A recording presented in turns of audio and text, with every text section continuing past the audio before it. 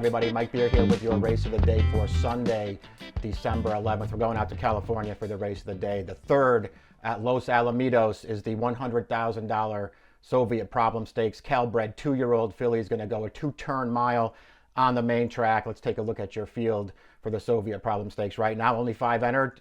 You got that idea, I think, when you saw that it was carded very early in the day out there at Los Al. 5 horses entered. Pretty well matched field of 5, though, I do think, anyway. As always, you can scan that QR code you see on your screen right now for free access on your mobile device. Morning line favorite, number 4, Cast Member, who is the horse to beat in this Soviet Problem Stakes. 2 for 2 on the way in. She's already a stakes winner. Has run, very well in both of her starts. I don't really have a huge knock on her. She's going to stretch out for the first time here. And she's, very likely to go favored, perhaps even be a clear-cut favorite in here. She's the horse to beat. I personally didn't feel like she had, some kind of huge edge over her competition in this race, but she is the horse to beat. The 2 horses drawn to the 2 inside posts could both take some money, and I do think they both, offer, some things to consider as alternatives to the favorite in here. Big Celebration is the number 1. She's already a winner at Los Alamitos. She broke her maiden here 2 starts back sprinting. She earned a 70 Beyer speed figure that day, though, and that's the top number in the field. Also worth noting that the other 2 races, both losses for Big Celebration, came against cast members. So she's got something to find in the face of the favorite here. The number 2, Grazed My Heart, feels like a horse who's improved in her 2 most recent starts off the claim for trainer Jeff Mullins. Those 2 races have come on turf, but she's run, pretty well on dirt and the only prior attempt on this surface. And it just feels like she's gotten better in her last 2 starts, whether that's because of the surface or because of, the claim by Mullins or because of the distance. Those are all questions you have to answer when you're handicapping the race, but she's certainly a contender in this race too. Let's take a look at the Timeform US Pace Projector. They didn't find a lot of speed in this race, but there is no advantage to front runners or closers. The longest shot on the morning line is Cocktail Princess, and Timeform US has her out there cutting the pace in this race. I certainly think that's possible when you look at Cocktail Princess's prior 6 starts, and she's run 6 times already. Always on the lead in her races, be it on turf or be it on dirt, as the first 5 starts of her career came on that surface. She's fast. She's probably going to the lead in here. This is the first time they're stretching out with her, and it's not like she looks totally overmatched on speed figures anyway. She's progressively gotten better in her last couple of starts. She wasn't that far off these horses anyway when she was sprinting on dirt earlier in the summer, so it's not like she's totally in over her head here. And if she gets loose on the lead, I suppose she could be dangerous if she gets the distance. I also didn't necessarily feel like she was going to be loose in this race, though. Big Celebration, I do believe, could show some speed from her inside draw. The morning line favorite, Cast Member, is not a slow horse early. The number 5, the horse on the outside, Loyal to a Fault, she's been forward in most of her starts as well. So, I didn't really feel like this was the kind of race where Cocktail Princess looked so dangerous as a horse who could get loose on the lead in here, but that doesn't mean that she can't win this race. No, we'll start with the handicap in here with Big Celebration, the number 1. Again, very interested in here. Lost to the favorite Cast Member twice already, but one of those was in her career debut, where she looked a little green to me, did a lot of chasing from the outside in that race, and she stayed on at the end of that race. She was never a threat, but it wasn't a terrible performance. Her next start came right here at Los Alamitos, and it was a very nice step in the right direction. Here's the replay of the stretch run right now. She went to the lead in here, but she was challenged by the runner-up in this race for most of the running in here.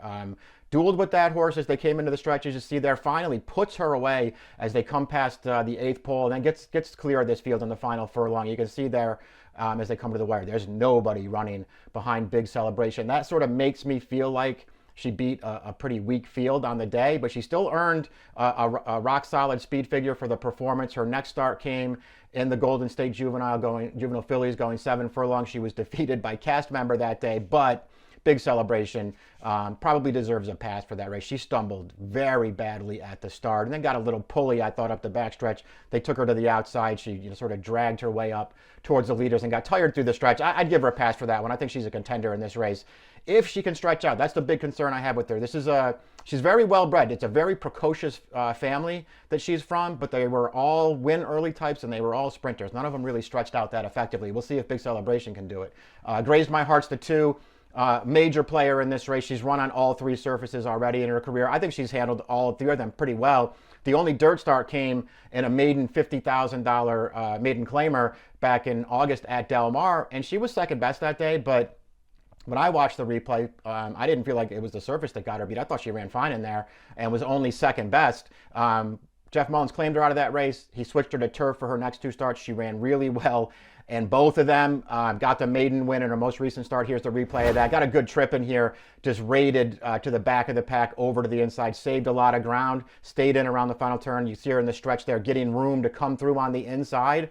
And she's going to come with a really good finish here, run right over the top of Loyal to a Fault, who's also back in here. Loyal to a Fault was cutting the pace there and was just no match for Grazed My Heart in the stretch of that race. I thought she ran really well there. The question, I suppose, is, did she improve because of the surface switch over to turf? That's possible. I feel like it could also have a lot to do with the distance, and maybe this is just a filly who got better once they stretched her out. I feel like she's taking steps forward. I think she's doing it at the right time. Don't mind them switching back to dirt with her here. I think she's a major contender in this race.